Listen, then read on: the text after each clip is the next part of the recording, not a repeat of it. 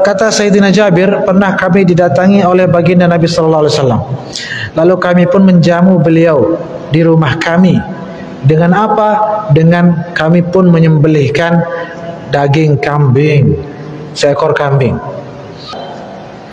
Mereka ini seakan-akan sudah tahu bahwa Nabi dan para sahabat menyukai daging kambing, makanya langsung itu disajikan.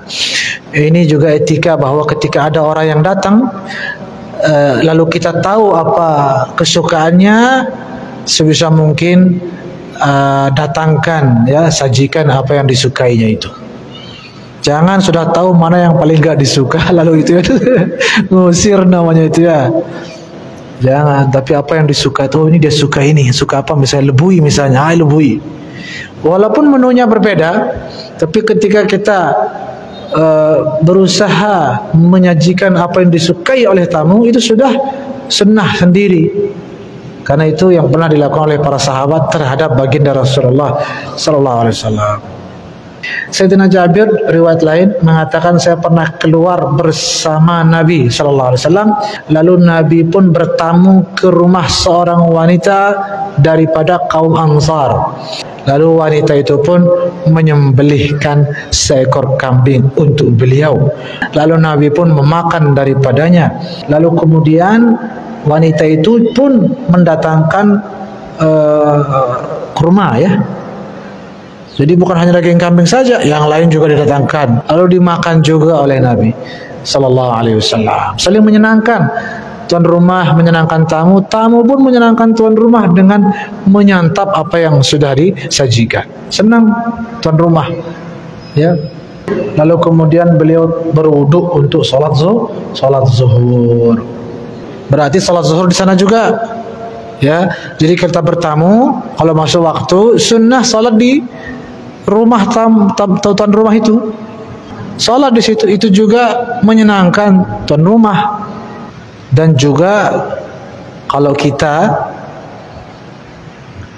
mengambil barokah, ya, kita tidak tahu, mungkin sahabul bait ada keberkahannya, ya, ahli ibadah, doanya makbul. Jadi kalau kita salat di sana, berdoa di sana, siapa tahu doanya dikabulkan. Jadi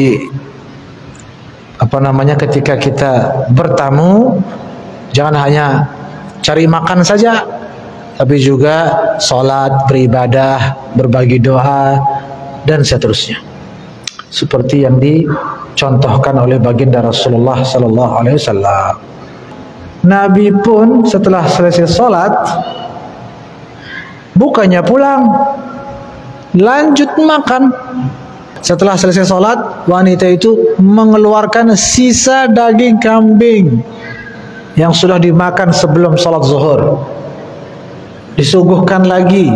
Nabi pun memakannya. Subhanallah. Ini ceritakan kepada anak-anak kita supaya semangat makan. Jangan ceritakan ikat perut pakai batu di zaman stunting seperti sekarang ini. Sampai asar beliau di rumah wanita tersebut bersama Sayyidina Jabir. Sampai asar, makan, salat asar lah. Habis itu salat asar. Jadi makan kambing, kurma, terus wudu, salat zuhur, makan lagi, terus salat asar. Itu tentunya ada pasti obrolan-obrolan, diskusi dan lain sebagainya. Kemudian salat asar, Masya Allah, sallallahu alaihi wasallam.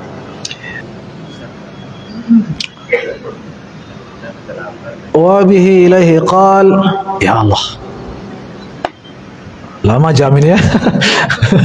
Lama lewat jam. Wa bihi ilaihi qala, udah lapar soalnya.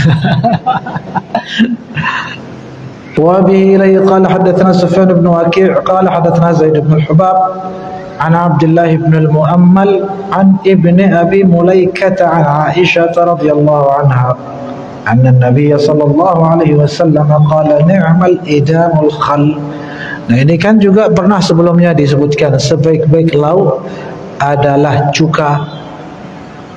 Ini juga faktornya ada sendiri, yaitu kisah di mana beliau disuguhkan makanan roti tanpa lauk, lalu Nabi menanyakan mana lauknya, Kata tuan rumah, mohon maaf ya Rasulullah, kami hanya punya cuka. Lalu Nabi mengatakan itu sebaik-baik lauk itu. Untuk menghibur atau menyenangkan lebih tepat lagi hati sahabil bait. Kira-kira sekarang cuka dibikin lauk kayak gimana ya? Oh, dicampur cuka, ya. Insyaallah tuh. Sunnah itu kalau diniatkan mengamalkan ini berpahala dia.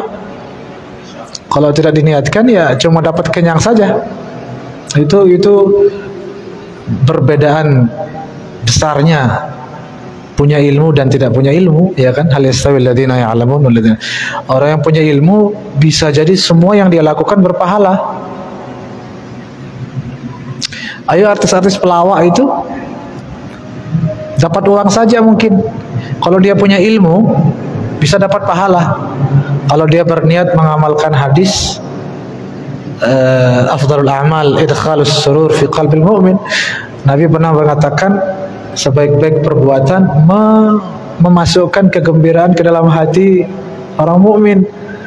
Kalau dia berniat mengamalkan hadis itu dengan membuat saudara-saudara orang masyarakat gembira, menjadi lupa masalahnya, stresnya berkurang, jadi bahagia, dapat pahala besar.